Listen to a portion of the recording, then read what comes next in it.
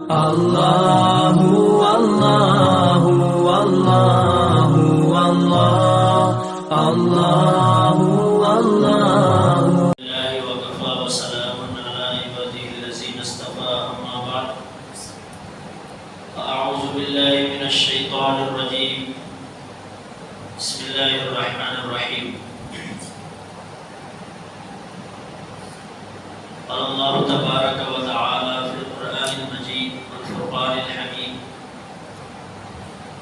إن عدة الشهور عند الله 12 شهرا في كتاب الله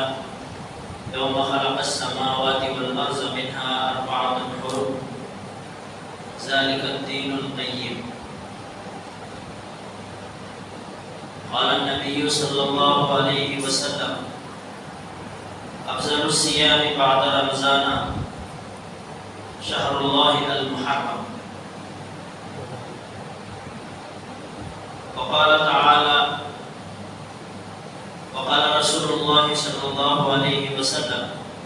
صوموا يوم عاشوراء وخالفوا فيه اليهود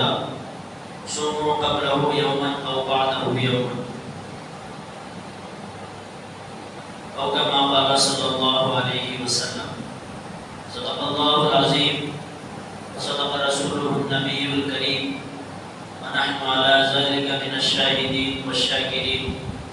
والحمد لله رب العالمين اللهم صل على سيدنا محمد وعلى آل سيدنا محمد وبارك وسلم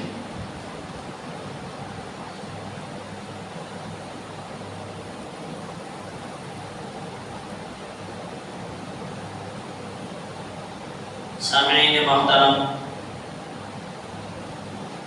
عزیزان گرامی،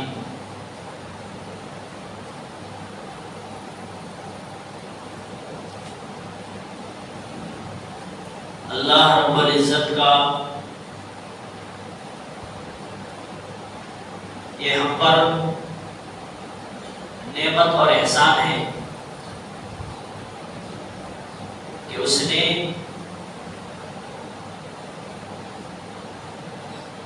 امت مسلمہ کے لیے بعض اوقات کو خصوصی فضیلت بخشی،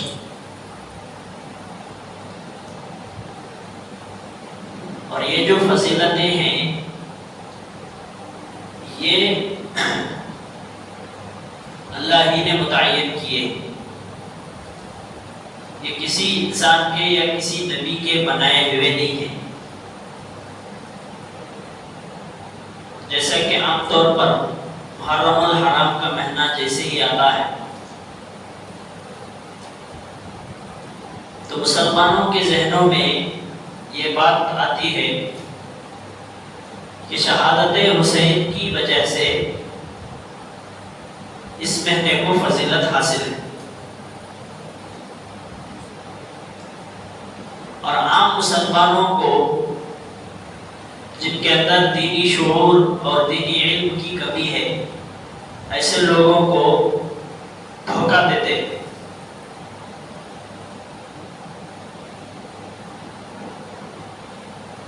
جیسے کہ قرآن میں اللہ تبارک و تعالیٰ کا ارشاد ہے ان عدت الشہور عند اللہ 12 شہرا، بے شک اللہ کے یہاں جو مہینے ہیں وہ 12 ہیں، وَمِنْهَا 4 حرم، اور انہی میں سے 4 ایسے ہیں جو حرمت والے، تعظیم والے، فضیلت والے، اور یہ کب سے تعظیم والے ہیں اور یہ کب سے 12 مہینے ہیں؟ خود اللہ تبارک و تعالیٰ کے ارشاد فرما رہے ہیں یوم خلق السماوات والارض، جس دن آسمان و زمین کو پیدا کیا گیا اسی دن سے مہینے 12 ہی ہیں، اور ان میں سے 4 فضیلت والے ہیں۔ تو اس سے پتہ یہ چلا کہ جب سے دنیا بنائی گئی ہے اس وقت سے آج تک اور قیامت تک بھی ان 4 مہینوں کی فضیلت، ان 4 مہینوں کو فضیلت عطا ہوئی۔ یہ من جانب اللہ، اللہ کی طرف سے عطا کی ہوئی نعمت ہے۔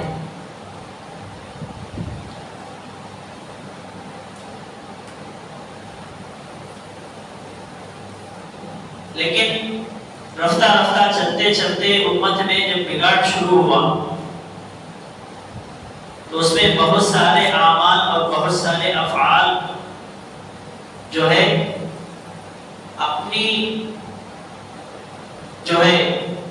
اپنے مفاد کے لیے یا اپنے مقاصد کو پورا کرنے کے لیے، اپنی جیب بھرنے کے لیے، اپنا پیٹ بھرنے کے لیے جو چیز شریعت میں، قرآن میں، حدیث میں ثابت نہیں ہے، اس کو شریعت کی طرف، قرآن کی طرف، حدیث کی طرف یا کسی صحابی کی طرف یا کسی نبی یا کسی ولی کی طرف منسوب کر کے اسے لوگوں میں فضیلت والا بنا دیا گیا۔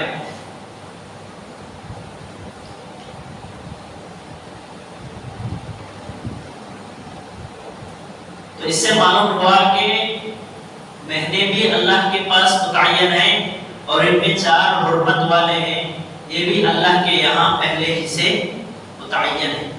ان میں سے ایک محرم الحرام ہے، دوسرا ذی قعدہ، ذی الحجہ اور رجب کا مہینہ ہے۔ یہ 4 مہینے خصوصیت کے ساتھ فضیلت والے ہیں، اور نبی علیہ السلام کے مبعوث ہونے سے پہلے ہی سے ان مہینوں کی تعظیم چلی آ رہی تھی۔ ان میں لڑائی جھگڑا وغیرہ نہیں کرتے تھے، ان کا اکرام کرتے تھے، ان مہینوں کی عزت کرتے تھے، اور اسلام آنے کے بعد بھی اس تعظیم کو باقی رکھا گیا۔ لیکن آج آپ کے سامنے جو بات عرض کرنی ہے وہ یہ ہے کہ محرم الحرام کی جو فضیلتیں حدیث میں وارد ہوئی ہیں وہ کتنے ہیں اور کیا کیا ہے، اور اسی طرح بہت سارے جو کم علم والے ہیں یا اسی طرح جن کو دینی شعور کم ہے وہ بہت سارے ایسے واقعات کو اور ایسے روایات کو کیا ہے بہنوں کی فضیلت کی طرف منسوب کر کے بیان کرتے ہیں۔ وہ کہاں تک صحیح ہے اس کے بارے میں آج ہم لوگ سمجھنے کی کوشش کرتے ہیں۔ سب سے پہلے تو کیا ہے، حضرت اللہ کے نبی صلی اللہ علیہ وسلم کا ارشاد حضرت ابو ہریرہ رضی اللہ تعالی عنہ روایت نقل کرتے ہیں، ان نبی ہریرہ رضی اللہ عنہ قال قال رسول اللہ صلی اللہ علیہ وسلم افضل الصیام بعد رمضان شہر اللہ المحرم۔ حضرت ابو ہریرہ رضی اللہ عنہ سے روایت ہے کہ رسول اللہ صلی اللہ علیہ وسلم نے فرمایا کہ رمضان کے روزوں کے بعد سب سے فضیلت والے روزے محرم الحرام کے مہینے کے روزے، اور یہ جو فضیلت ہے یہ صرف عاشورہ کے روزے کے لیے خاص نہیں ہے۔ اس مہینے میں کسی بھی دن اگر کوئی روزہ رکھے تو وہ اس فضیلت میں داخل ہے۔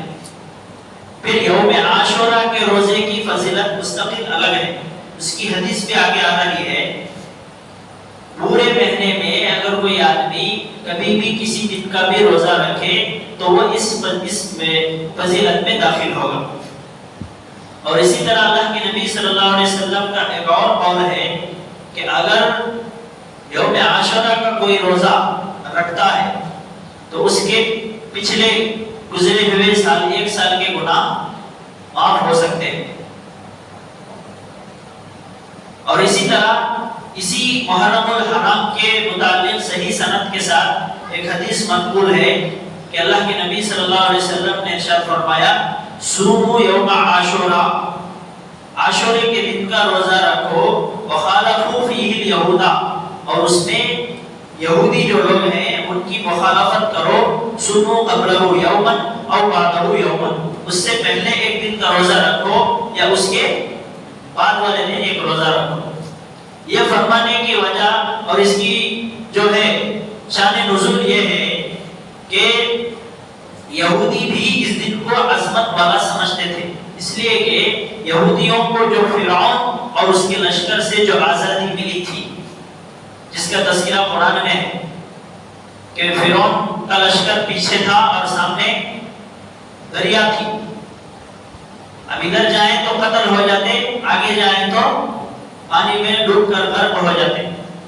تو اس وقت اللہ تبارک و تعالیٰ وحی نازل کی کہ آپ کے عصا کو، موسیٰ علیہ السلام پر وحی نازل ہوئی کہ آپ اپنے عصا کو سمندر میں مارو، تو مارنے کی وجہ سے سمندر کا پانی کیا ہے، راستہ بناتا ہوا ہٹ گیا اور بہنے کے بجائے تھوڑی دیر کے لیے ایسے ہی رک گیا، ادھر کا پانی ادھر، ادھر کا پانی ادھر، رک کر راستے بن گئے۔ تو جیسے ہی لشکر پار ہو گیا اور ان کا لشکر درمیان میں آیا تو کیا ہے، وہ غرق ہو گئے۔ تو جس دن یہودیوں کو یہ جو نجات ملی فرعون اور اس کے لشکر ان کے ظلم ستم سے، وہ یہی 10 محرم الحرام کا دن تھا۔ اس لیے وہ لوگ شکریہ کے طور پر اس دن کا روزہ رکھا کرتے تھے۔ تو اللہ کے نبی صلی اللہ علیہ وسلم جب مکے سے مدینے کو ہجرت کر کے آئے تو دیکھا کہ پہلے تو قریش بھی 10 محرم الحرام کا روزہ رکھتے تھے، آپ علیہ الصلوۃ والسلام بھی ان کے ساتھ روزہ رکھا کرتے تھے نبوت ملنے سے پہلے، لیکن لوگوں کو اس کا حکم نہیں فرمایا تھا۔ جب مستقل مکے سے مدینے کو ہجرت کر کے آئے تو دیکھا کہ مدینے کے جو یہودی ہیں وہ بھی روزہ رکھتے، تو آپ صلی اللہ علیہ وسلم نے یہ ارشاد فرمایا کہ ہم ان کی مخالفت کریں گے، اگر وہ ایک رکھتے ہیں تو ہم 2 روزہ رکھیں گے تاکہ ان کے ساتھ مشابہت نہ ہو، اس لیے کہ ان کے دین میں ہمارے دین میں بہت بڑا فرق ہے۔ تو سمجھ رہے بات ہے؟ اور اسی طرح اور ایک صحیح روایت کے ساتھ، صحیح سند کے ساتھ ایک روایت منقول ہے کہ 10 محرم کو اپنے اہل و عیال پر رزق میں وسعت کرنا،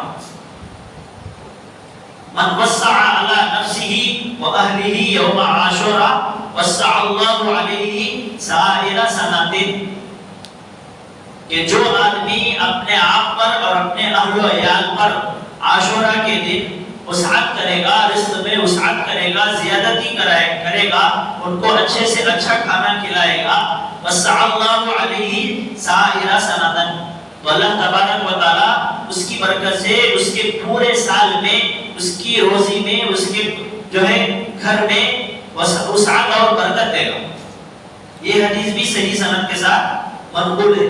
اس کے راوی حضرت جابر رضی اللہ تعالی عنہ ہیں، وہ فرماتے ہیں جربناہ، ہم نے اس کو آزمایا، تجربہ کیا،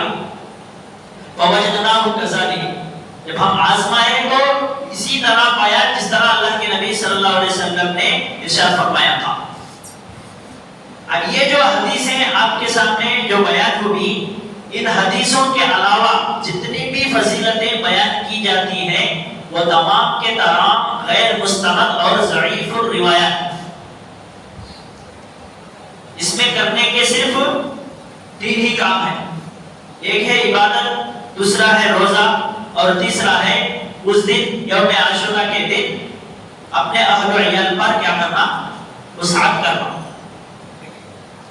یہ ہو گئی محرم الحرام کی فضیلت، اور محرم الحرام کے متعلق جو روایات صحیح سند کے ساتھ ثابت ہیں اسے آپ کے سامنے پیش کر دیا گیا۔